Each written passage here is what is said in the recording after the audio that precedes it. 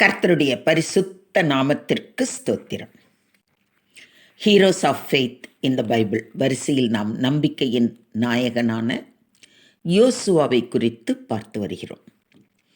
தொடர்ந்து அவருடைய வாழ்விலிருந்து நாம் கற்றுக்கொள்ள வேண்டிய பாடங்களை இன்று பார்ப்போம். First, we see the leadership lessons we can learn from Joshua. It's time Joshua becomes the leader God designed him to be. In Joshua chapter 1, God said, "Have I not commanded you? Be strong and courageous. Do not be frightened and do not be dismayed, for the Lord your God is with you wherever you go." In this command, there are 5 leadership lessons from Joshua's life that can be applied to ours as disciples of Jesus. First, submit to the purposes of God. After Moses dies, God speaks, "Moses, my servant, is dead. Now, therefore, arise, go over this Jordan, you and all the people into the land that I am giving to them, to the people of Israel." God makes it clear that this is his work. Just as he used Moses, he will now use Joshua. இந்த leadership பாடத்திலிருந்து நம்ம முதல்ல கற்றுக்கொள்ள வேண்டிய முதல் பாடம், தேவ சித்தத்திற்கு நம்மை முழுமையாக ஒப்புக்கொடுத்தார். மோசே இறந்ததுக்கப்புறம் யோசுவாட்ட கர்த்தர் என்ன சொல்கிறாரு? என்னுடைய தாசன் மரித்து போனான், இனி நீ எழுந்துரு, நான் சொல்ல வேண்டிய பணியை சொல்கிற பணிகளை நீ கரெக்டாக செய்யணும். என்ன செய்யணும்? இந்த இஸ்ரவேல் ஜனங்களை வழி நடத்தி கொண்டு போய் அவர்களுக்கு நான் கொடுப்பேன் என்று வாக்கு பண்ண அந்த தேசத்துக்கு நீ அழைச்சிட்டு போகணும்.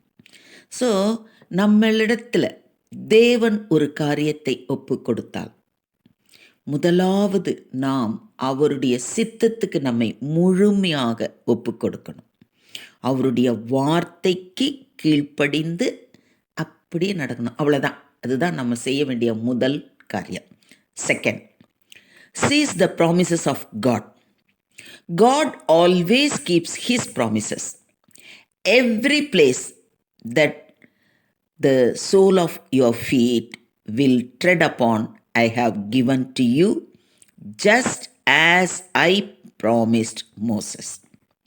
And he promises, just I was with Moses, so I will be with you. I will never leave you or forsake you. We can count on his presence because it is his promise.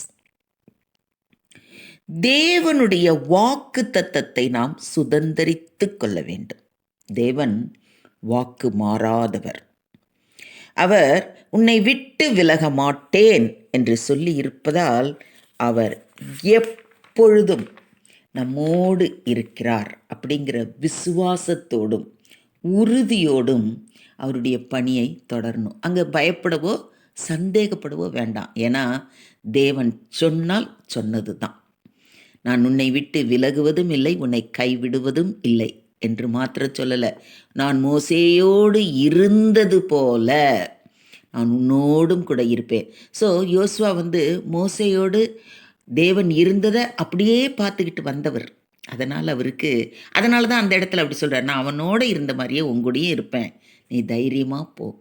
அதே தான் இன்றும் இன்றைய காலகட்டத்திலும் நம்மளோட ஆண்டவர் சொல்கிறார்.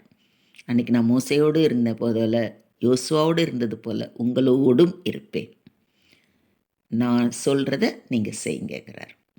So அவருடைய வாக்கு தத்தத்தை நாம் சுதந்தரித்து கொள்ள வேண்டும். மூன்றாவது, stand on the precepts of God. Two different times God speaks these words to Joshua. Be strong and courageous.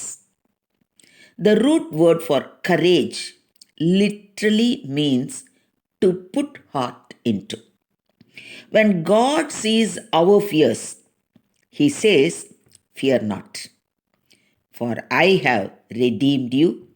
I have called you by name. You are mine. என்ன ஒரு அற்புதமான ஒரு வாக்கு தத்தம் பாருங்க. அவருடைய கட்டளைகளுக்கு நாம் என்ன பண்ணணும்?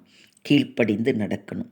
தேவன் பலங்கொண்டு திடமனதாய் இரு என்று கட்டளையிடுகிறார் என்றால் நாம் எதற்கும் கலங்காமல் பயப்படாமல் அவர் சொல்லும் காரியத்தில் முன்னேறிட்டே இருக்கணும். அவ்வளோதான். ஆண்டவர் ரொம்ப அழகாக சொல்லியிருக்கிறாரு. பயப்படாதே, உன்னை மீட்டு கொண்டேன், உன்னை பெயர் சொல்லி அழைத்தேன், நீ என்னுடையவன். இப்பேற்பட்ட வாக்கு தத்தத்தை தந்த தேவன் ஒருபோதும் நம்மை விட்டு விலக மாட்டார் அப்படிங்கிற உறுதியோட திட மனதோட அவருடைய பணியை நம்ம தொடர்ந்து செய்யணும். நான்காவது, soak in the presence of God. Joshua needed the assurance that God was now going to be with him. God says, my presence will go with you. Never will I leave you, never will I forsake you. Remember, God's presence will give you the power to do what He is called you to do. தேவ பிரசன்னத்திலேயே நாம் இருக்கும் பொழுது எந்த பயமும் இல்லாமல் தைரியமாக எல்லாவற்றையும் நேர்த்தியாக செய்ய முடியும். மோசேயோடு இருந்தது போல நம்மோடும் இருக்கிறார் அப்படிங்கிறத நாம் உணரும்போது நமக்குள் அவருடைய பலம் பூரணமாக விளங்கும். Number 5, stay on point with God.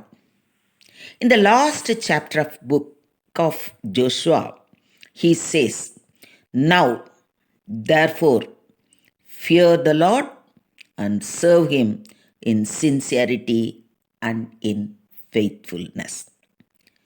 Choose this day whom you will serve. As for me and my house, we will serve the Lord. As Joshua said, will you say, I have chosen to serve the Lord, I am choosing to serve the Lord right now, and I will go on serving God until the very end.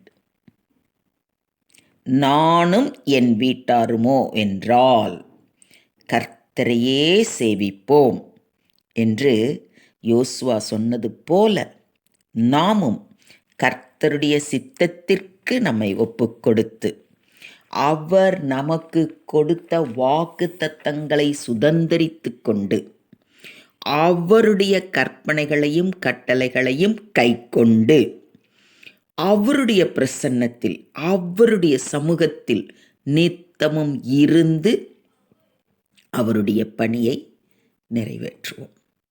யோசுவாவின் வாழ்விலிருந்து இந்த தலைமை பொறுப்புக்கான பண்புகளை கற்ற நாம் தொடர்ந்து கற்க வேண்டிய பாடங்களை நாளை பார்ப்போம். பார்க்கலாமா நாளைக்கு?